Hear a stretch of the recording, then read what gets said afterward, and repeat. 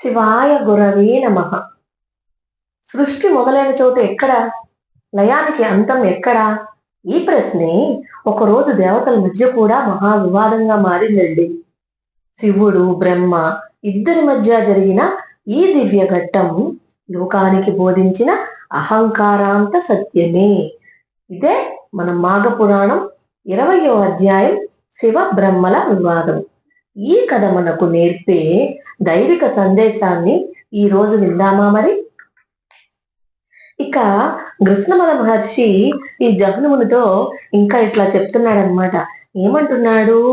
జహ్నుముని శ్రీ మహావిష్ణువు తత్వాన్ని మహత్యాన్ని వివరించేటువంటి ఇంకొక వివాదాన్ని నేను చెప్తాను, శ్రద్ధగా వినుము అని చెప్తానన్నమాట.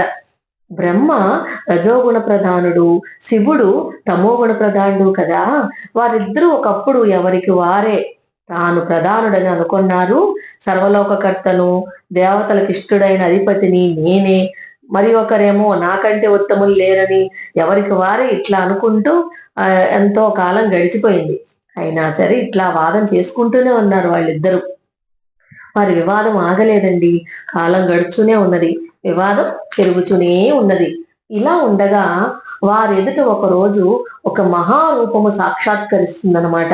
ఆ రూపం ఎలా ఉందంటే అనేక సూర్యకాంతులు కలిగి తేజోమయమై ఉండడం, అనేకములైన ముఖములు, నేత్రములు, బాహువులు, పాదములు కలిగి సర్వవ్యాప్తమై తనకు తానుగా జనించి సర్వతో వ్యాప్తమై ఉంటుంది. దివ్యము, మనోహరము, అనంతమునగు ఆ రూపము శ్రీ మహావిష్ణువు రూపమని అప్పుడు ఆ శివుడు, ఆ బ్రహ్మ గ్రహిస్తారు. సర్వమును ఆ రూపమునందే వారు చూస్తారు. ఈ విచిత్ర మనోహరమైన అనంత రూపమును చూచి శివబ్రహ్మలిద్దరూ ఆ రూపము తుది మొదళ్లను చూడాలని అనుకుంటారనమాట. ఇంకా ఆ రూపం యొక్క ఆద్యంతము ఎరిగిన వారి తమిద్దరిలో ఉత్తములని తలుస్తారనమాట.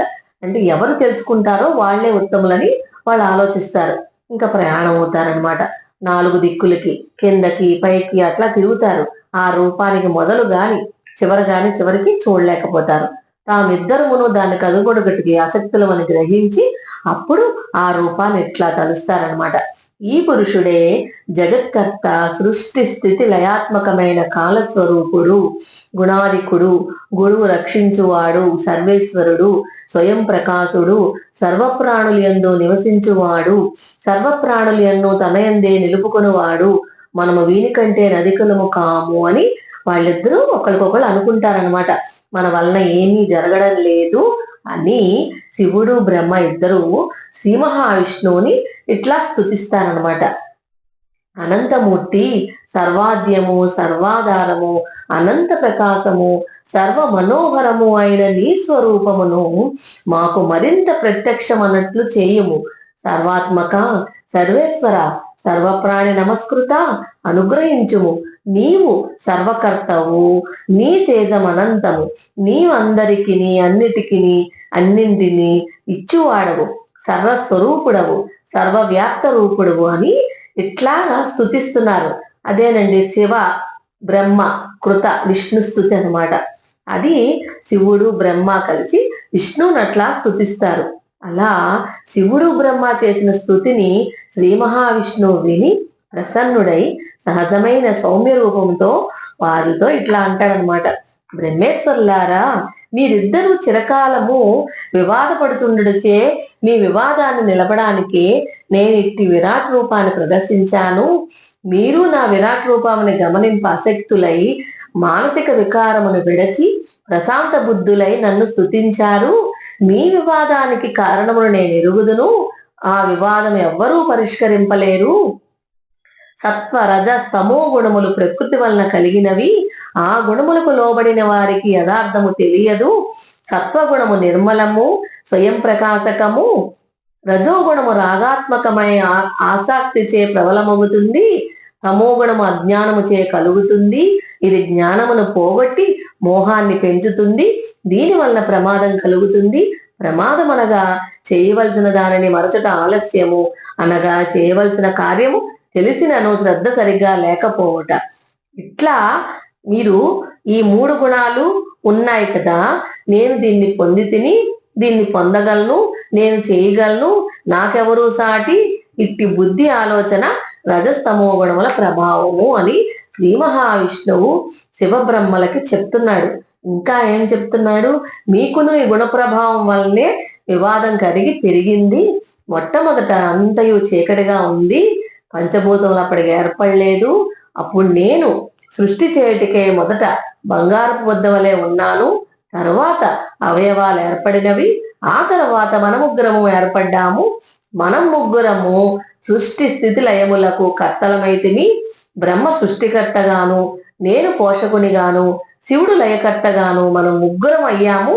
కావున ఒకే దాని నుండి వచ్చిన మనకు మొదట భేదం లేదు కదా అని బ్రహ్మకి శివునికి శ్రీ మహావిష్ణువు తత్వాన్ని స్మృతికి తెస్తాడన్నమాట.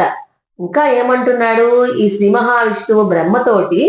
ఏమంటున్నాడంటే, బ్రహ్మ నీవు స్వతంత్రుడువు, నిగ్రహానుగ్రహ సమర్థుడవు, సర్వ ప్రాణులను సృష్టించిన వాడవు, దేవతలకు ప్రభువు, వేదములకు స్థానము, అన్ని యజ్ఞాలకి అధిపతివి, సర్వలోకాలను సంపదనిచ్చువాడవు, స్వశక్తితోడనే పరమాత్మ యోగమును అందిన వాడవు, సర్వరక్షకుడవు, నా నాభి కమలమందు బాలార్కుని వలె ప్రకాశించువాడు. మనకు భేదం లేదు కదా, ఏకత్వములో ఉన్న నేనే అనేకత్వము నందాను, మనమిద్దరము ఒక్కటే, నీవును నా వల్లే సమస్త దేవతలకు పూజనీయుడు అని బ్రహ్మ మనసునకు నచ్చినట్లుగా ఆ తత్వాన్ని శ్రీ మహావిష్ణువు బోధిస్తాడు అని కృష్ణమద మహర్షి జహ్నుమునికి ఈ విష్ణు సర్వవ్యాపకత్వాన్ని వివరిస్తాడనమాట. దీనికి కంటిన్యూషను రేపు 21 అధ్యాయంలో మళ్ళీ మనం విందాం. ఇంతకీ ఈ కథ ద్వారా మనకు అర్థమవుతుంది ఏంటంటే, ఈ వివాదం మాటల్లో ఇలా సాగుతూనే ఉంది. సత్యం మౌనంగా వెలిగింది. శివుడైనా బ్రహ్మ అయినా అహంకారం ఉన్న చోట భగవంతుని అనుగ్రహం నిలవదు. మాఘమాసంలో చేసిన ఒక్క భక్తి స్మరణే అన్ని వివాదాలకు సమాధానం. ఇదే మాఘపురాణ సారం. ఇదే శివబ్రహ్మల వివాదం తెలిపిన ధర్మం. ఓం నమ శివాయ.